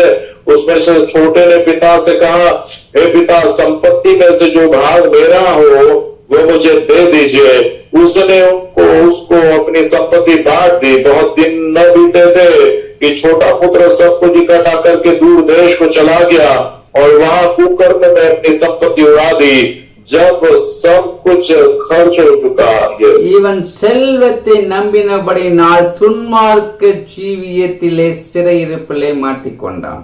और धन पर इसका भरोसा था, इसलिए दुष्ट बातों पर, बुराई में वो फंस गया, अटक गया. நல்ல தகப்பனுடைய அன்பை ருசித்தவன், और बहुत ही अच्छे पिता के प्रेम को उसने चखा था. நல்ல தகப்பனுடைய ஆசிலே வாழ்ந்தவன், अच्छे पिता की धन संपत्ति में वो जिया हुआ लड़का था. தகப்பனுடைய வீட்டிலே ஒரு குறைவு அவனுக்கு கிடையாது. पिता के घर में किसी भी बात की बिल्कुल उसको घटी नहीं थी. எதிர்காலத்தை குறித்த அவனுக்கு எந்த பயமோ, எதிர்காலத்தை குறித்த எந்த சிந்தனையோ அவனுக்கு தேவையில்லை. भविष्य के बारे में कोई डर, भविष्य के बारे में बिल्कुल चिंता, ऐसी कोई बात उसके लिए थी नहीं. தகப்பனுடைய வீட்டிலே அவனுக்கு எல்லா தேவைகளும் சந்திக்கப்பட்டது. पिता के घर में उसकी सारी जरूरतें पूरी हो रही थी. அப்படி இருந்தும் தகப்பனுடைய அன்பை விட்டு அவன் செல்வத்தை என்ன செய்தான்? மேன்மையாக கருதினான். और ऐसा होने के बावजूद भी पिता के प्रेम से भी अधिक उसने धन संपत्ति को अधिक महत्व दिया. அதான் இளையவன் தகப்பனை நோக்கி சொல்லுகிறான், எனக்கு வருகிற பங்கை எனக்கு தர வேண்டும் என்று சொல்லுகிறான். और इसलिए वो छोटा बेटा अपने पिता से कहता है, मेरा जो हक बनता है, मेरा जो हिस्सा है वो मुझे दे दे. செல்வத்தின் ஆசையை எனக்கு தர வேண்டும். और धन संपत्ति में से मेरा जो भाग है, हिस्सा है, वो मुझे तू दे दे. அந்த தகப்பனார் அவனுக்கு ஆசையை பங்கிட்டு கொடுத்து விட்டார். और उसको वो पिता जो है उसे धन संपत्ति का भाग, हिस्सा उसे दे देता है. சில நாட்களுக்கு பின்பு இளைய மகன் எல்லாவற்றையும் சேர்த்து கொண்டு, எல்லா செல்வத்தையும் அவன் சேர்த்து கொண்டு தூர தேசத்துக்கு புறப்பட்டு போனான். और कुछ दिन के पश्चात जो है वो छोटे बेटे ने अपने धन संपत्ति के सारे भाग को, हिस्से को लेकर बहुत ही दूर देश में वो चला गया. ஏன்னா அவனுக்கு அந்த செல்வத்தின் மேல் ஒரு நம்பிக்கை இருந்தது. क्योंकि उसका भरोसा उस धन पर उसका भरोसा था. அவனுடைய கையில் இருக்கிற செல்வத்தின் மேல் அவனுக்கு अவ்வளவு நம்பிக்கை. उसके पास जो धन संपत्ति थी उसके ऊपर इतना उसका अधिक भरोसा था. தகப்பன் மேல் நம்பிக்கை இழந்தவனாய், पिता पर बिल्कुल उसका कोई भरोसा नहीं रहा. தகப்பன் வைத்த அன்பை தூக்கி எறிந்துவிட்டு தூர தேசத்துக்கு கடந்து செல்லுகிறான். पिता जो उससे प्रेम कर रहा था, उस प्रेम को उसने ठुकराया, दूर फेंक दिया और वो दूर देश में चला गया. அநேகர் இயேசுவை ஏற்றுக்கொண்டு தேவனுடைய பிள்ளையாய் இருக்கிற நாமும் இன்றைக்கு தேவனுடைய அன்பை தூக்கி எறிந்து சில காரியங்களுக்காக நாம் சிறைப்பட்டு வாழ்ந்து கொண்டு இருக்கிறோம். आज परमेश्वर के बच्चे हम, कई लोग जो है परमेश्वर के प्रेम को जानने वाले, लेकिन प्रभु के प्रेम की बातों को दूर और फेंक कर हम कहीं बहुत ही दूर हम चले गए हैं. அவர் தன்னுடைய இயேசு கிறிஸ்து தன்னுடைய அன்பை கல்வாரி சிலுவையிலே வெளிப்படுத்தி இருக்கிறார். यीशु मसीह ने अपने प्रेम को कलवारी के क्रूस पर उसने प्रकट किया है। இன்றைக்கு எத்தனை பேர் இயேசுவை விட்டு விலகி கடந்து சென்று கொண்டிருக்கிறார்கள்?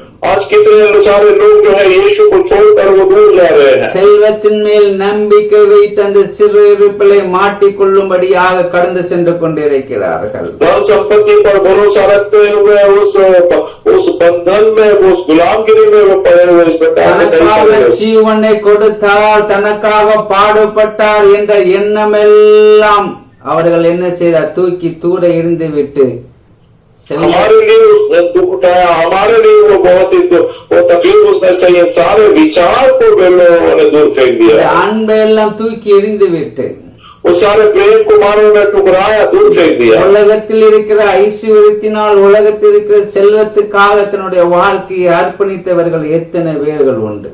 और संसार के लिए दुख उठाने वाले, संसार के लिए जो है अपने मसीह के प्रेम को ठुकराने वाले ऐसे बहुत सारे लोग इस संसार में हैं। இந்த இளைய மகன் தன்னுடைய கரத்தில் இருக்கிற செல்வத்தின் நம்பிக்கையினால் அவன் என்ன செய்தான்? தூர தேசத்துக்கு புறப்பட்டு துன்மார்க்கமான ஜீவியத்தை அவன் பண்ணி கொண்டிருந்தான். ये छोटे बेटे ने धन संपत्ति पर उसने भरोसा रखते हुए परमेश्वर के यानी पिता के प्रेम को ठुकराते हुए वो बहुत ही दूर देश में वो चला गया। அவன் தன்னுடைய தகப்பனுடைய அன்பை ருசித்து விட்டு அவன் பின்வாங்கி போகிறான். पिता के प्रेम का वो स्वाद चख कर भी वो दूर जो है पीछे हट गया, दूर हो गया। அவன் அந்த ஆசி வைத்து நல்ல தொழிலையோ வியாபாரமோ அவன் செய்யவில்லை. और उसने वहीं पर रहते उसके प्रेम में जो है उस धन संपत्ति का व्यापार नहीं, व्यवसाय नहीं किया। ஒரு வியாபாரமோ அதை செய்து அவன் அதிலே அவன் பெருக்கத்தை உருவாக்கவில்லை. और उसने किसी भी प्रकार के व्यवसाय करते हुए उस पैसे उस धन में बढ़ती नहीं की।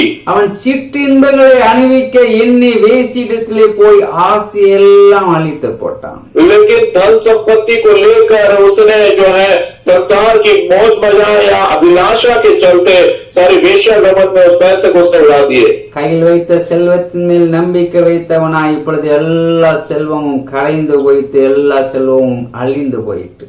धन संपत्ति पर भरोसा रखा था, लेकिन आप सारी धन संपत्ति उसकी चली गई और सब वो कंगाल हो गई। இப்பொழுது வறுமையின் சிறையிருப்பிலே மாட்டிக்கொண்டான்.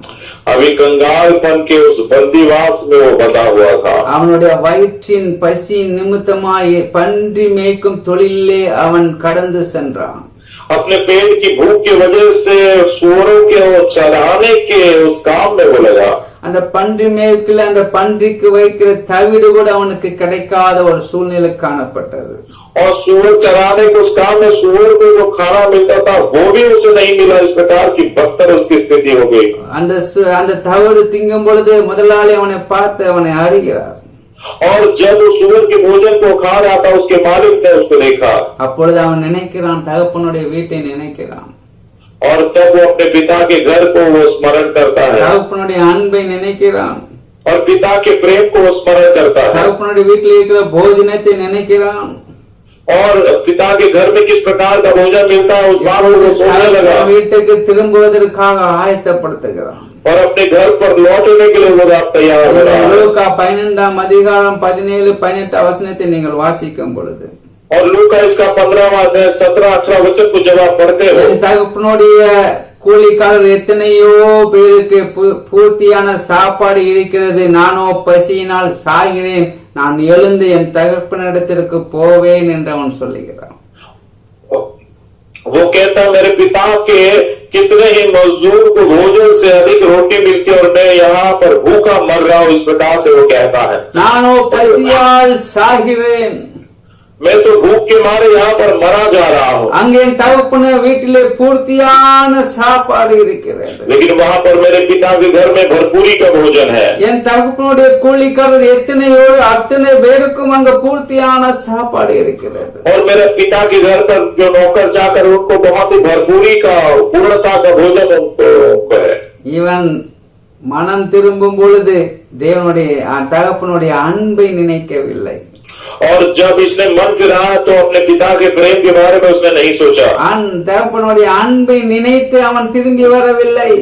पिता के प्रेम को सोचकर वो लौट कर नहीं आया। அவனுடைய பசி நிமித்தமாய் தகப்பன் வீட்டிலே போஜனம் இருக்கிறதே என்று அவன் தகப்பன் இடத்திலே எழுந்து திரும்பி வருகிறான். और अपने भूख की वजह से मेरे पिता के घर पे बहुत सारे भोजन है ऐसा सोचकर वो लौट कर आया। என்னுடைய பிள்ளை நீ எப்படிப்பட்ட சிறையிருப்பில் இருந்து நீ எப்படிப்பட்ட நினைவோடு நீ கடந்து இயேசுவிடத்திலே வந்தாலும் ஆண்டவர் உன்மேல் अनबुलवराय காணப்படுகிறார். परमेश्वर के बच्चों और किसी भी प्रकार की भूख और किसी प्रकार के बंधन में रहते हुए पिता के पास आएंगे तो भी परमेश्वर अपने प्रेम की बातों को वो आपसे करेगा। இலக்குமாரனுடைய தகப்பன் பாசத்தினால் மகனுக்கு எதிர்கொண்டு போய் முத்தம் செய்து மோதிரத்தையும் கால்களுக்கு பாதரட்சத்தையும் வஸ்திரத்தையும் அணிவித்தான் என்று வேதத்தில் நாம் பார்க்கிறோம். और इस प्रकार से हम देखते हैं कि वो पिता अपने बेटे के ऊपर प्रेम रखते हुए वो जो है अपने बेटे को बहुत ही अधिक चूमता है, उसको नए वस्त्रों को पहनाता है, नए जूतों को पहनाता है। அவனை முத்தம் செய்தான் और उसने बहुत ही चूमा। மோதிரத்தையும் கால்களுக்கு பாதரட்சத்தையும் வஸ்திரத்தையும் அவன் அணிவித்தான்। और उसे जो है उस अधिकार की अंगूठी उसने पहनाई और उसने वस्त्र पहना, उसने पांव में जूतियां पहनाई। இன்றைக்கு நீ இயேசுவிடத்திலே மனம் திரும்பி வரும் பொழுது आज जब आप यीशु के पास मन फिराकर जब आप आते हो, ரட்சிப்பின் புதிய வஸ்திரத்தை ஆண்டவர் கொடுக்க உனக்கு விரும்புகிறார்। उद्धार के नए वस्त्र को परमेश्वर आपको देना चाहता है। ஆண்டவருடைய அதிகாரத்தையும் கொடுக்க ஆண்டவர் உனக்கு விரும்புகிறார்। परमेश्वर अपने अधिकार को आपको वो देना चाहता है। அவன் சொல்கிறான், நான் எழுந்து என் தகப்பனிடத்திற்கு போவேன்। और वो कहता मैं उठकर अपने पिता के पास जाऊंगा। அவன் அந்த சிறையிருப்பிலே இருந்து என்ன செய்கிறான்? திரும்பி வருகிறான் தன்னுடைய தகப்பனிடத்திலே। और प्रिय वो उस बंदी गृह में जो था वो मुड़कर अपने पिता के पास वो लौट कर आता। தகப்பன் அவனுடைய எல்லா தேவைகளையும் சந்தித்தார்।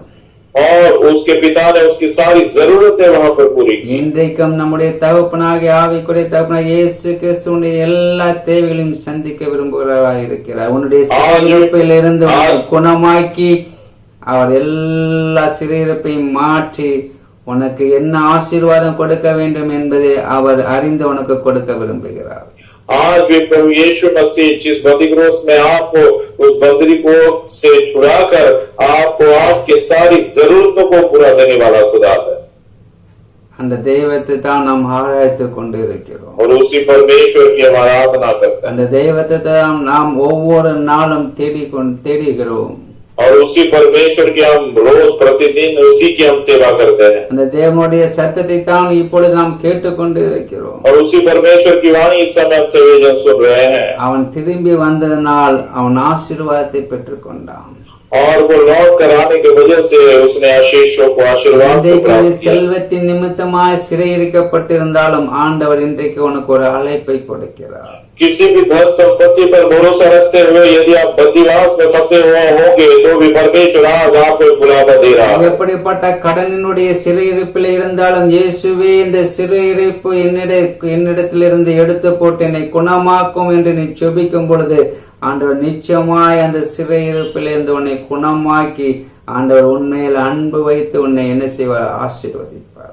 आप किसी भी प्रकार के कर्जे के बंदी गृह में यदि आप होंगे, यदि आप उसे पुकारोगे, परमेश्वर मुझे क्षमा कर दे, परमेश्वर आपको उस बंदीवास से छुड़ाकर आपको आशीषों से भरने के लिए बिल्कुल तैयार है। நோயின் சிறையிருப்பிலே இருந்து நீ ஆண்டவரே எனக்கு உதவி செய்யும் என்று நீ ஜெபிக்கும் பொழுது ஆண்டவர் அந்த சிறையிருப்பில் இருந்து உன்னை தூக்கி எடுப்பார்। किसी भी प्रकार की यदि रोग और बीमारी के बंदीवास में आप फंसे होंगे तो यदि हे परमेश्वर मुझे छुड़ाइए यदि आप बोलोगे तो परमेश्वर उस बंदीवास से छुड़ाने के लिए बिल्कुल तैयार है। ஆண்டவர் இன்றைக்கு உனக்கு அழைப்பை கொடுத்து கொண்டிருக்கிறார்। आज परमेश्वर आपको बुलावा आपको आमंत्रण दे रहा है। பிள்ளைகளே திரும்புங்கள் என்று ஒரு அழைப்பை கொடுத்து கொண்டிருக்கிறார்। हे भटकने वाले बच्चों लौट कर आओ, ऐसा परमेश्वर तुम्हें बुलावा दे। குணமாக்குவேன் और मैं तुम्हारे भटकने वाली आदत को मैं सुधार दूंगा। உனக்கு இன்றைக்கு ஒரு கிருபை இறங்கிக் கொண்டு இருக்கிறது। आज आप पर एक अनुग्रह उतर आ रहा है। ஆண்டவருடைய கிருபை ஆண்டவருடைய தயவு இன்றைக்கு உன்னுடைய தேவனுடைய வார்த்தையை கேட்கும் பொழுது அது இறங்கிக் கொண்டு இருக்கும்। परमेश्वर का अनुग्रह, परमेश्वर की दया, जैसे आप प्रभु के वचन को सुन रहे हैं तो उसकी दया और अनुग्रह आप पर उतर रहा है। இயேசுவை விசுவாசித்து ஆண்டவரே இந்த சிறையிருப்பிலிருந்து என்னை விடுவீன் என்று சொல்லும் பொழுது நிச்சயமாய் ஆண்டவர் உன்னை விடுவிப்பார்। यीशु मसीह पर विश्वास करते हुए परमेश्वर मुझको मेरे इस बंदी गृह से छुड़ाइए ऐसा कहोगे तो परमेश्वर जरूर आपको छुड़ाएगा। விடுவித்து உனக்கு இரட்டிப்பான நன்மையை தருவார். அது இன்றைக்கு இப்பொழுதே உனக்கு தர விரும்புகிறவராய் இருக்கிறார்.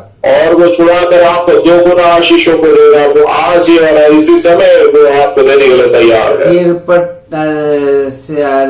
அதாவது சிறையிருப்பை உன்னை எந்த சிறையிருப்பில் இருக்கு அதில் எந்த குணமாக்கி ஆண்டவர் உன்னை என்ன செய்கிறார்? விடுவித்து ஆண்டவர் தன்னுடைய சியோனுக்கு उन्हें आयत्तப்படுத்தி கொண்டிருக்கிறார். जिस बंदीगृह में आप हो उससे आपको छुड़ाकर परमेश्वर आपको आपके भटकने वाली बातों से सुधारकर आपको सियोन में ले चलने वाला परमेश्वर है। आमेन। ஆண்டவருடைய ராஜ்யத்துக்கு உன்னை ஆயத்தப்படுத்துவார். परमेश्वर के राज्य के लिए परमेश्वर आपको तैयार करेगा। சீர்கேடுகள் எல்லாம் ஒரு குணமாக்கி சியோனுக்கு அழைத்து கொண்டு போவதற்கு ஆயத்தப்படுத்துவார். सारे भटकने वाली आदतों को सुधार कर परमेश्वर सियोन में ले जाने के लिए परमेश्वर तैयार है। எப்படிப்பட்ட சூழ்நிலை இருந்தாலும் இன்றைக்கு இந்த சத்தத்துக்கு நீ செவி கொடுத்து திரும்பும் பொழுது, चाहे आप किसी भी प्रकार की परिस्थिति में क्यों न हो, यदि आज इस वाणी की ओर अपने कान को आप लगाते हुए यदि आप उन बातों से मुड़ जाएंगे तो ஆண்டவருடைய சத்தம் உனக்கு ஒரு நம்பிக்கையை கொண்டு வருகிறது. परमेश्वर का वचन आपके अंदर एक भरोसे को ले आता है। தேவன் இன்றைக்கு உன்னோடு இடைப்பட்டு கொண்டு இருக்கிறார். परमेश्वर आज आपसे बातें कर रहा है। ஒரு நம்பிக்கை ஆண்டவர் உனக்கு கொடுக்கிறார். परमेश्वर एक भरोसा तुमको दे रहा है। ஆண்டவர் உன்னை மேலும் கிருபையை அளிக்கிறார். परमेश्वर आप पर एक अनुग्रह दे रहा है। ஆண்டவர் உனக்கு ஒரு இரக்கத்தை செய்ய விரும்புகிறார். परमेश्वर आप पर दया करना वो चाहता है। எப்படிப்பட்ட சூழ்நிலையில் இருந்தாலும் உன்னை விடுவிக்க அவர் வாஞ்சிக்கிற தேவனாய் இன்றைக்கு காணப்படுகிறார். चाहे कैसे भी प्रकार की परिस्थिति में क्यों न हो, आपको छुड़ाने की मनसा भी रखता है। इस प्रकार का वो परमेश्वर है। சீர்கெட்டதை அவர் குணமாக்கிற தேவனாய் காணப்படுகிறார். भटकने वाली बातों को वो सुधारने वाला ऐसा परमेश्वर है। 1 தீமோத்தேயு 3 பார்க்கும் பொழுது 1 தீமோத்தேயு 1:15 வசனத்தை நாம் வாசிக்கும் பொழுது, पहला तीमुथी इसका पहला अध्याय का 15 वचन जब हम पढ़ते हैं, இங்கே அப்போஸ்தலனாகிய பவுல் அவர்கள் சொல்லுகிறார்கள், और यहाँ पर प्रेरित पौलुस इस प्रकार से कहता है, பாவிகளை ரட்சிக்க கிறிஸ்து இயேசு உலகத்திலே வந்தார் என்கிற வார்த்தை உண்மையும் எல்லா அங்கீகரிப்பும் பாத்திரமானது. அவர்களில் பிரதான பாவி நான் என்று சொல்லுகிறார். और वो कहता है, यह बात सच और हर प्रकार से मानने की योग्य है कि मसीह यीशु पापियों का उद्धार करने के लिए जगत में आया, जिसमें सबसे बड़ा मैं हूँ। பாவிகளை ரட்சிக்க கிறிஸ்து இயேசு உலகத்திலே வந்தார் என்கிற வார்த்தை உண்மையும் எல்லா அங்கீகரிப்புக்கும் பாத்திரமானது என்று சொல்லுகிறார். और यीशु मसीह पापियों को उद्धार करने के लिए संसार में आए, ये बात बिल्कुल सच और ग्रहण करने के लिए योग्य है। इस प्रकार से वो कह रहा है। அப்படி சொல்லிவிட்டு அவர் சொல்றார், நான் தான் பிரதான பாவி என்று அவர் ஒப்புக்கொள்கிறார். ऐसा कहकर वो कहता है, सारे पापियों से सबसे बड़ा पापी मैं ही हूँ। इस प्रकार से वो अंगीकार कर रहा है। ஏன் அவர் அப்படி சொல்லுகிறார் என்றால், அவர் முன்னேறுள்ள தன்னுடைய ஜீவியத்தை பார்த்து அவர் சொல்லுகிறார். क्यों इस प्रकार से वो कह रहा है? पहला उसका जीवन किस प्रकार से था, उस बात को देखते हुए वो कह रहा है। நீங்கள் 1 தீமோத்தி 1:13 வசனத்தை நீங்கள் வாசிக்கும் பொழுது, पहला तीमुथी पहला अध्याय के 13वें वचन को जब आप पढ़ते हैं, முன்னே நான் தூசிக்கிறவனும் துன்பப்படுத்துகிறவனும் கொடுமை செய்கிறவனுமாய் இருந்தேன். அப்படி இருந்தும் நான் அறியாமையினால் அவிசுவாசத்தினாலே அப்படி செய்தபடியினால் இரக்கம் பெற்றேன் என்று சொல்லுகிறார்.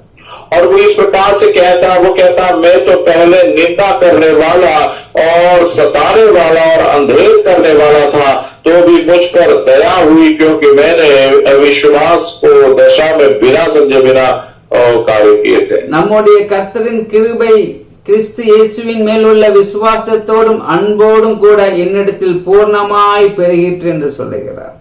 और वो कहता, यीशु मसीह का प्रेम और यीशु मसीह का जो विश्वास है अनुग्रह के द्वारा मुझमें वो पाया बहुतायत से हुआ, ऐसा वो कह रहा। நான் பிரதான பாவி என்று சொல்வதற்கு அவர் 3 காரியத்தை இங்கே அவர் குறிப்பிடுகிறார். और मैं सबसे बड़ा पापी हूँ इस बात को बताने के लिए 3 बातों को यहाँ पर वो दर्शा रहा है। முன்னே நான் தூசிக்கிறவனும் துன்பப்படுத்துகிறவனும் கொடுமை செய்கிறவனுமாய் இருந்தேன் என்று சொல்லுகிறார். और वो कहता, मैं तो पहले निंदा करने वाला और सताने वाला और अंधेर करने वाला था। इस प्रकार से वो कह रहा। சொல்ற முன்பே நான் அப்படி இருந்தேன். और वो कहता, पहले मैं इस प्रकार से था।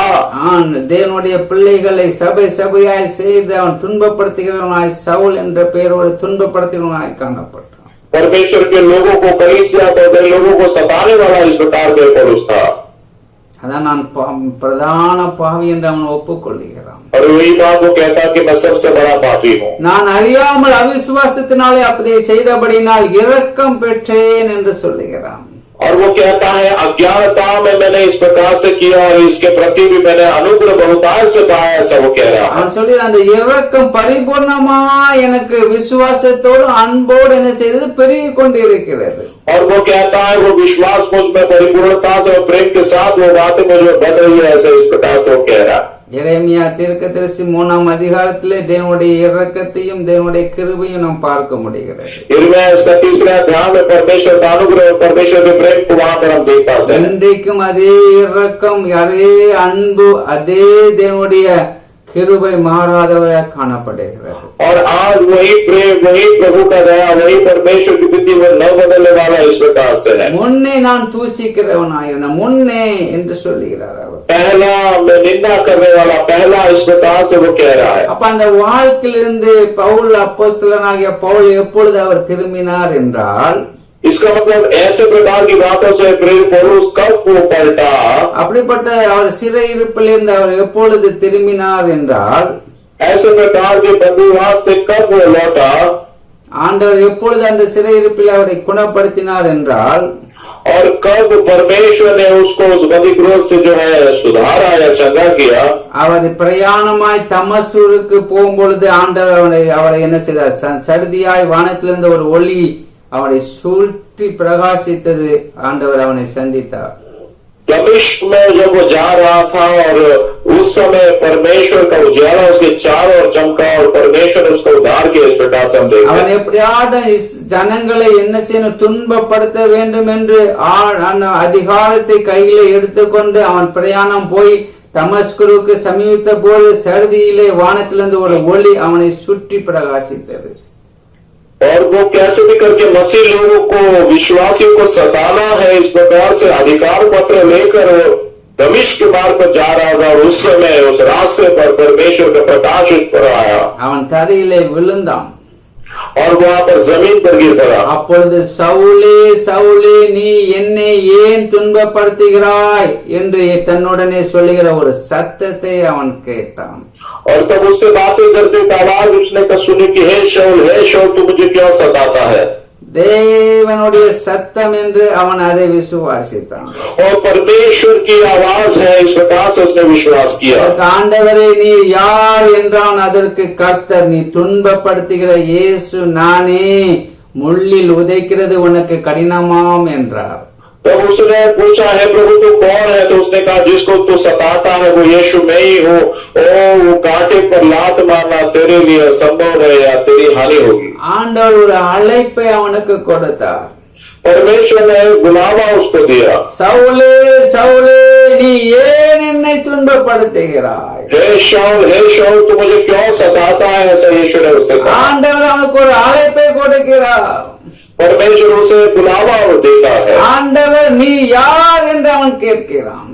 और वो कहता है प्रभु तू कौन है. நீ துன்பப்படுத்துகிற இயேசு நானே, तू जिसे सताता है वो यीशु मैं ही हूँ, ऐसा वो कहता है. ஆண்டவருடைய சத்தத்தை கேட்டு அவன் திரும்புகிறான்.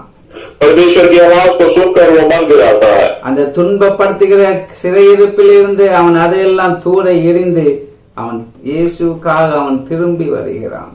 सताने वाले उस बंदी पूर्वक की सारी बातों को छोड़कर यीशु की ओर वो मुड़ता है. அவன் நடுங்கி திகைத்து ஆண்டவரை நான் என்ன செய்ய வேண்டும் என்று கேட்கிறான். और बहुत ही थरथराते हुए वो प्रभु से कहता है, यीशु से हे प्रभु मैं क्या करूं. நான் என்ன சித்தமாய் செய்ய வேண்டும், என்ன சித்தம் செய்ய வேண்டும் என்று கேட்கிறான். प्रभु मैं क्या करूं, ऐसा तू चाहता है, ऐसा उसने पूछा.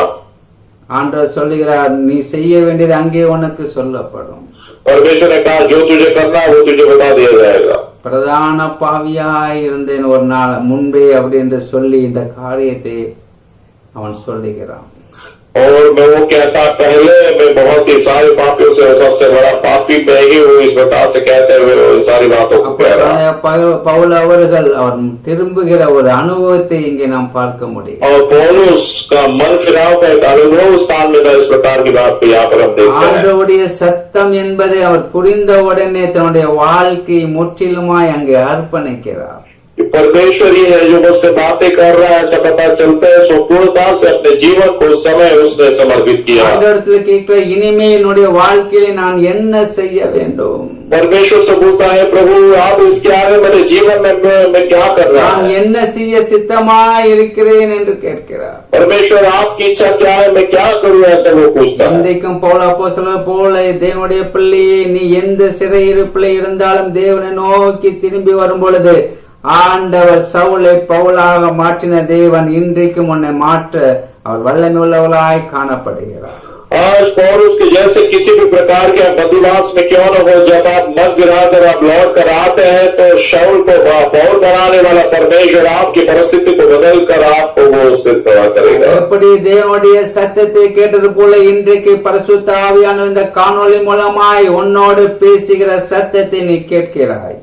और आज जिस प्रकार से प्रभु ने उससे बातें की, उसी प्रकार से आज आप इस वीडियो के संदेश के द्वारा प्रभु की वाणी को सुन रहे हो। ஆண்டவருடைய சத்தம் இது இன்றைக்கு உனக்கு ஒரு அழைப்பை கொண்டு வருகிறது. परमेश्वर की वाणी, परमेश्वर की आवाज आपके लिए बुलावे को ले आ रही है। சீர்கெட்ட பிள்ளைகளை திரும்புங்கள், உங்கள் சீர்கெட்டதை நான் குணமாக்குவேன் என்று ஆண்டவர் சொல்லுகிறார். एक भटकने वाली बालों को तुम लौट कर आओ, तुम्हारा भटकना मारे मारे फिरना मैं उसमें सुधार ले आऊंगा, ऐसा वो कहता। 3 காரியத்தை நாம் இங்கே பார்த்தோம். 3 बातों को यहाँ पर हमने देखा। வேசியுடைய வாழ்க்கையில ஒரு திருப்பம், और वेश्या के जीवन में बड़ी बदलावट, செல்வத்தை நம்பிக்கையாய் வைத்த இளைய குமாரனுடைய வாழ்க்கையில ஒரு திருப்பம் உண்டானது. धन संपत्ति पर भरोसा रखने वाले छोटे बेटे के जीवन में एक बड़ी बदलावट, நான் பாவி என்று சொல்லிய அப்போஸ்தலனாகிய பவுலுடைய வாழ்க்கையில ஒரு திருப்பம் உண்டானது. मैं पापी हूँ ऐसा बोलने वाले प्रेम पौलुस के जीवन में एक बड़ी बदलाव। அநேக காரியங்கள் இருந்தாலும் நேரம் அதிகமாய் இருக்கிறபடினால் என் வார்த்தையை நான் சுருக்குகிறேன். और अनेक सारी बातें हैं, लेकिन समय की कमी की वजह से अपने शब्दों को मैं कम करना चाहूंगा। வசனத்தை வாசித்து நாம் தேவனுடைய சமூகத்திலே நாம் செபிக்க போகிறோம்.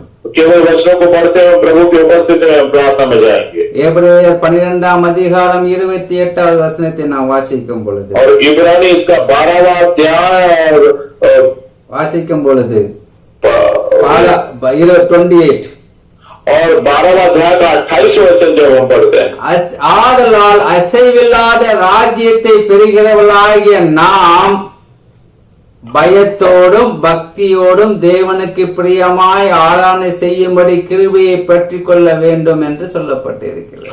और इस प्रकार से बताया गया कि इस कारण हम इस राज्य को पाकर जो हिले का नहीं, कृतज्ञ हो और भक्ति और भय सहित परमेश्वर की ऐसी आराधना करे जो जिससे वह प्रसन्न होता है। நம்முடைய வாழ்க்கையை நாம் திரும்பின பிறகு என்ன காரியம் செய்ய வேண்டும் என்று எபிரேயர் 12ஆம் அதிகாரம் 28ஆம் வசனத்திலே சொல்லப்பட்டிருக்கிறது. हमारे जीवन में मन गिराव होने के बाद, प्रभु के पास आने के बाद हम कौन से कामों को करना, ये बात इब्रानी इसका 12वां अध्याय का 28वां वचन हमको बताता நமக்கு है। ஒரு அசைவில்லாத ஒரு ராஜ்யத்தை ஆண்டவர் கொடுக்கிறார்.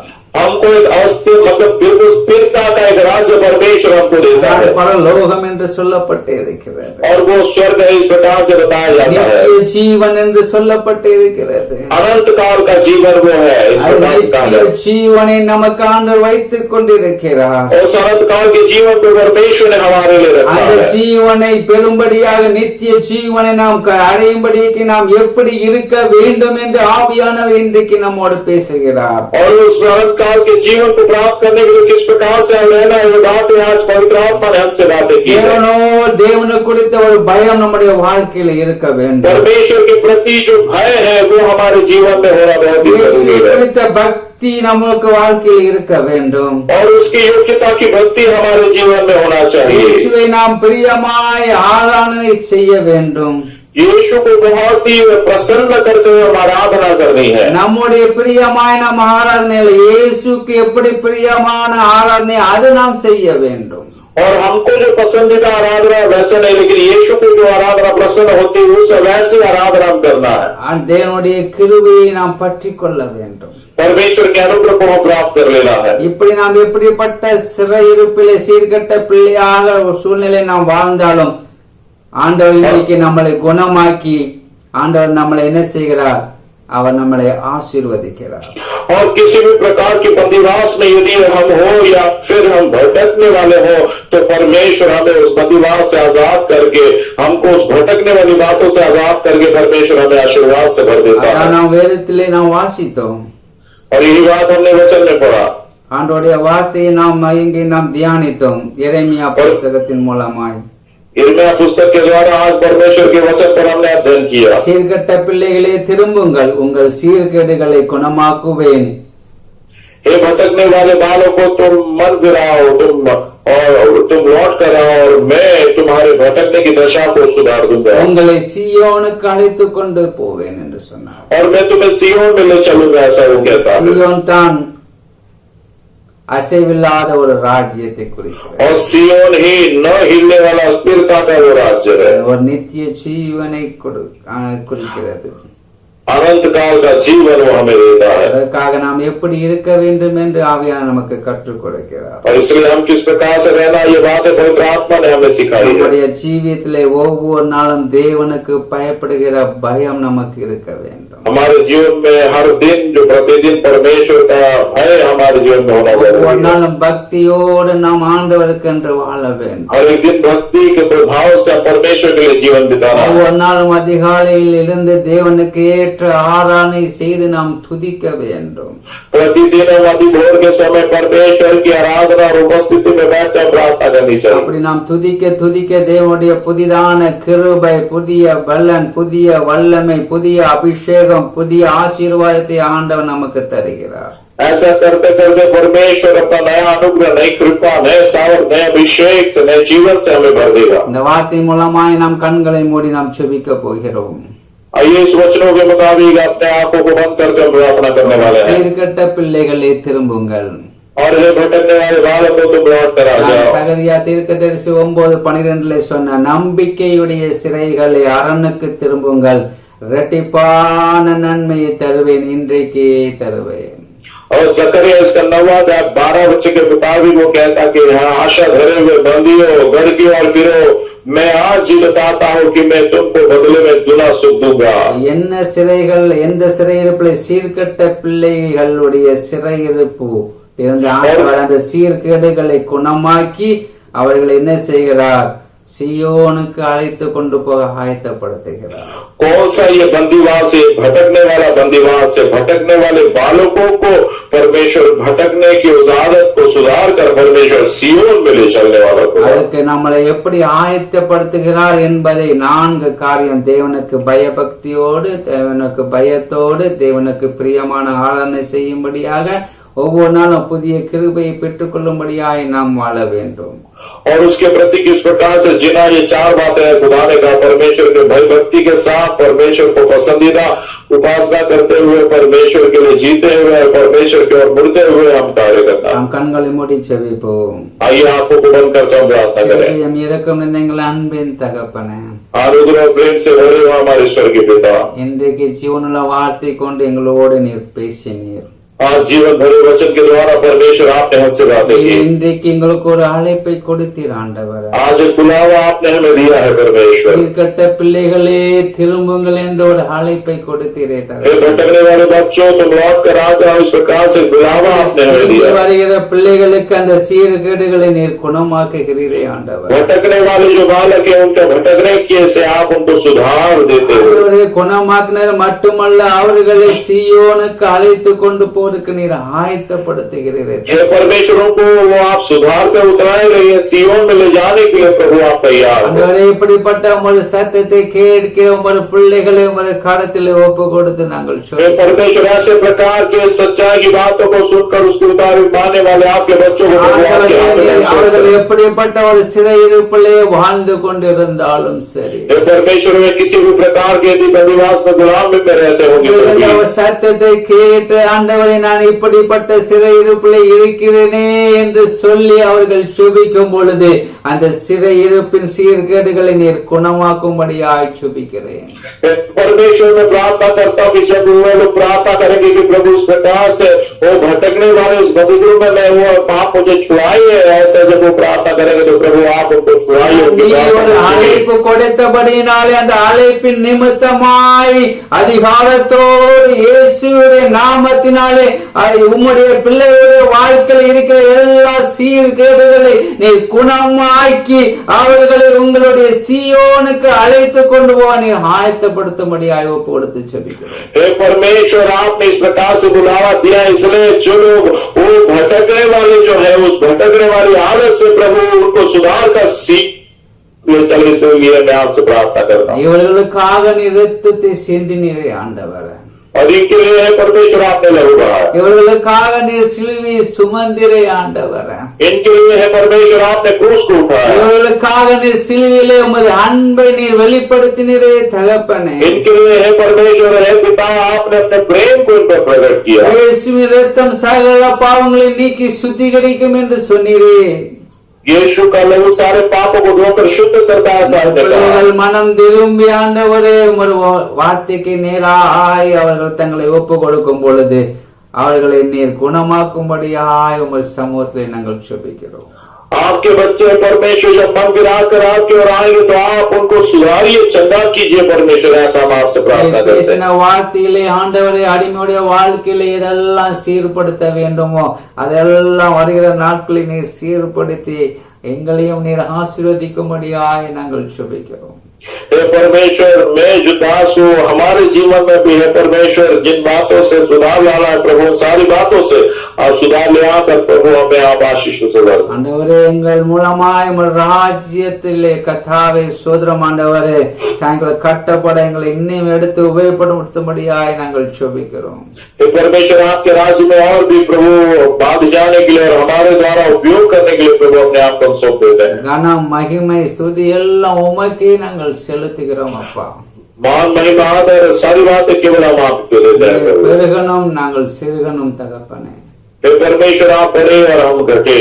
உங்களுடைய ஆண்டவர் இந்த சத்தத்தை கேட்கிற ஒவ்வொரு பிள்ளைகளையும் நீ பிதா குமாரன் பரிசுத்தாவினுடைய நாமத்தினாலே ஆசீர்வதித்து இதற்காக உமக்கு கோடாகோடி ஸ்தோத்திரம். हे परमेश्वर, वचनों को सुनने वाले हर एक जन को पिता पुत्र पवित्र आत्मा के नाम से आपने आशीर्वादित करते हैं, उसने धन्यवाद करते हैं. இயேசு கிறிஸ்துவின் நாமத்தில் ஜெபிக்கிறோம் எங்கள் ஜீவனுள்ள நல்ல தகப்பனே. यीशु मसीह के पवित्र नाम से मांगते हैं हमारे ओ स्वर्गीय प्रेमी पिता. ஆமென்.